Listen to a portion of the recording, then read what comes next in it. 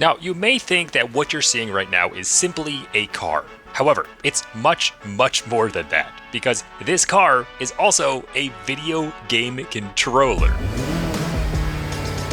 Cars are basically just giant computers on wheels. There are hundreds of sensors keeping track of things like the gas tank levels, the engine speed, and everything in between. And since it's basically just a computer, why can't we connect into it to read all those sensors ourselves? Well, it turns out you can definitely do that. Mechanics actually do it all the time with these OBD tools that plug into the onboard diagnostic port of the car. The other end of this, by the way, is just USB. You can just plug it into a laptop. Now, these are mainly used for emissions or engine light troubleshooting, but check this out. We can also read the level at which the gas pedal is pressed in real time. So this got me thinking, is it possible to use a car to control a computer, such that inside of like a driving video game, you can turn the steering wheel inside of a car and have it turn your character in game? You see, while the throttle data was kind of freely accessible via the OBD port, but by just plugging it in, the steering wheel data is a bit more protected, let's say, meaning that there's not a super clean and simple way to just read it in real time unless we do something like sniffing a CAN bus to determine which specific bits are changing while we turn the steering wheel. Basically, it's like finding a needle in a haystack. That said, I was able to find this super dated Honda diagnostic platform that seems to be able to decode various hidden data points about the car, and much to my delight,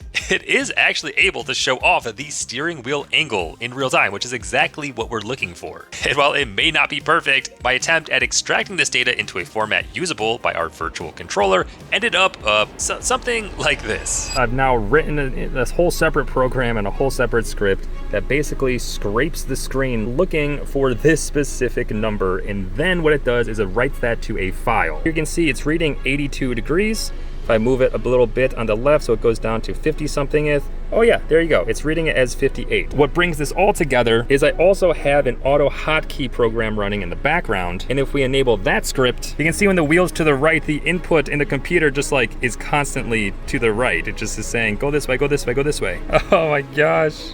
That's crazy. Oh my gosh. Simple enough, right? Now you can see how all of those extra steps might add a little bit more bandwidth than just reading that data directly from the CAN bus. But for the time being, it appears to actually work, meaning now we have a semi-functional car controller, which honestly is so cool. This thing is dope.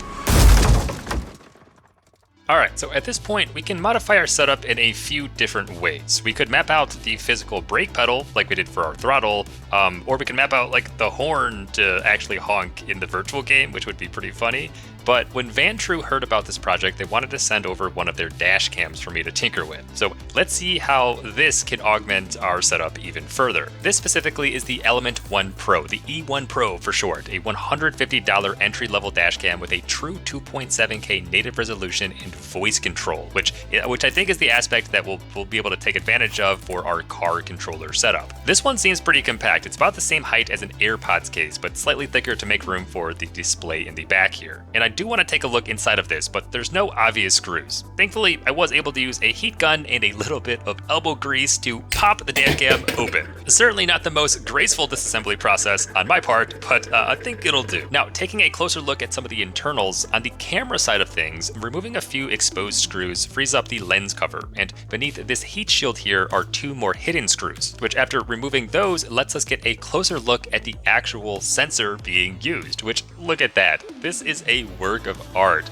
These things are beautiful. This E1 Pro dashcam appears to be rocking a Sony StarVis 2 CMOS sensor, specifically the IMX678, which upon further research has apparently flipped around the positioning of its photodiodes to be above the wiring layer as opposed to underneath it, allowing for, on paper, a much clearer footage, especially in the dark, since the light has less obstructions to reach the receiving surface. And in practice, it seems to be working out, because here are some real-world examples of driving around with this installed in my car at nighttime. And most importantly for a dash cam, license plates are super sharp, although that could also be in part due to Vantrue's Plate Picks feature that further sharpens plates specifically. The sensor also allows for true 2.7K native resolution with HDR, and that dynamic range means that it can work as well during the daytime as it will at night. Because as we look at some daytime footage, well yeah, that sensor is still capturing things super clearly, which is great because once installed into our car controller setup, this might just be the perfect capture device for any sick driving clips that we might want to save and rewatch watch later. There are a few buttons on the device itself to do things like toggle recordings and navigate the menu, but in the middle of the virtual underground street race, I'm definitely going to use the voice commands instead. Take a photo.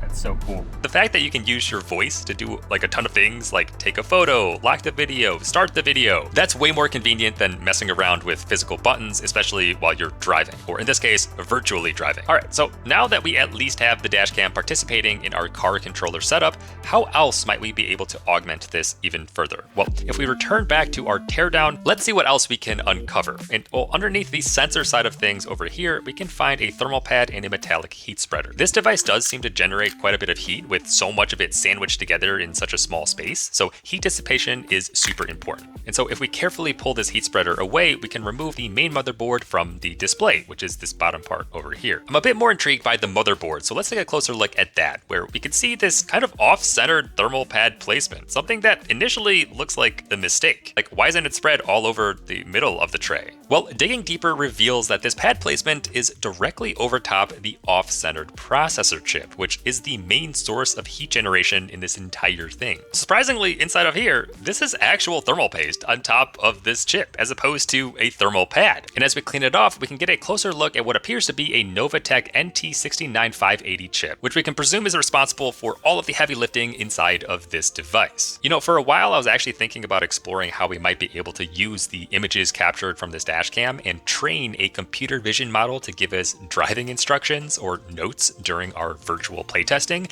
but that process is proving to be quite a bit more involved than I was expecting. Hypothetically, what we could do is connect our phone to the dashcam with the E1 Pro's built-in Wi-Fi and the Vantrue app, where we can view saved footage. There's a looping feature where the dashcam will save 1 to 3 minute chunks of video clips until the SD card is completely full before it starts to overwrite them automatically. But you can also view a live feed of the camera right on the phone as well. So we could take this footage and share it over to our computer, where we could then use an open source object detection model specifically trained on driving data, for example, that'll label all of the objects the dashcam sees. But what I'm not entirely certain of is A, how well this would work when paired with our projected images of roads and cars, and B, what exactly to do with the information if we were to get it. Like, this is kind of going down the path of building like an autopilot for our physical car to auto drive our virtual car, which would essentially eliminate the use of the physical wheel and pedal, which was kind of the whole point of this in the first place. So I don't really know. I'm just kind of spitballing here. So I'll keep thinking about it, but if you also have any suggestions of what else we should do with this car controller at this point, let me know in the comments down below and I'll read through your suggestions and implement the coolest ones. And now, if you are in the market for an affordable dashcam, well, I've been using this E1 Pro over the past month or so while filming this video, and I gotta say, it's been real nice to use. Again, this thing is super compact, so it doesn't get in the way of your view while driving, and installation-wise, they also include this clever plastic strip that sticks to your windshield for the base to adhere to. Basically, it just ensures a solid hold with the adhesive. Just note that you can't swivel the dashcam like left or right once it's installed, so take some extra time to make sure that it's focused straight on when you're installing it. And also, to make sure that the power cable doesn't drape down in front of the passenger's side view, the included wire clips also stick to the windshield and are pretty clutch. And going back to the video quality real quick, this internal Sony StarViz sensor is putting in some serious work. The true 2.7K resolution with the 158-degree field of vision makes for some really solid footage. And again, I hope you never have to actually, say, find a license plate for a hit and run or for an accident or something like that, but if you did, this type of quality plus the plate picks feature that Vantrue has developed makes these plates super readable. There's also a built-in accelerometer that can automatically detect if your car has been in an accident, and if that's ever triggered, the video that's been recording will be saved and labeled in a dedicated spot for you to gather later on. So your accident footage will be safe. And I promise I haven't been in this many accidents over the past month.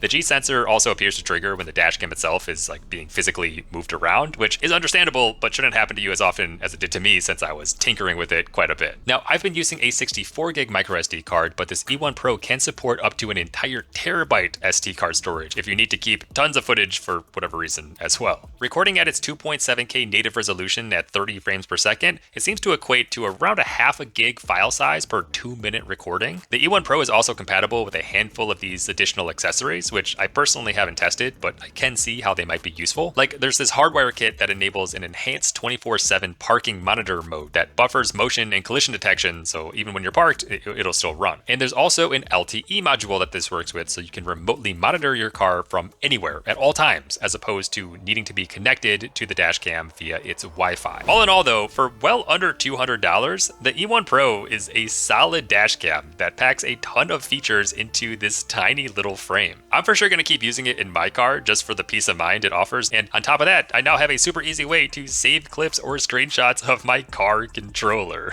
Vantrue is currently celebrating their 10th anniversary of creating dashcam products, so if you want to learn more about this E1 Pro specifically, I will leave some information about it in the description down below. So with that, thanks again to Vantrue for sending out this dashcam for me to tinker with, and well, that's all I have for you today. So I've been mryeester, your tech tinkerer, and I will catch you in the next one.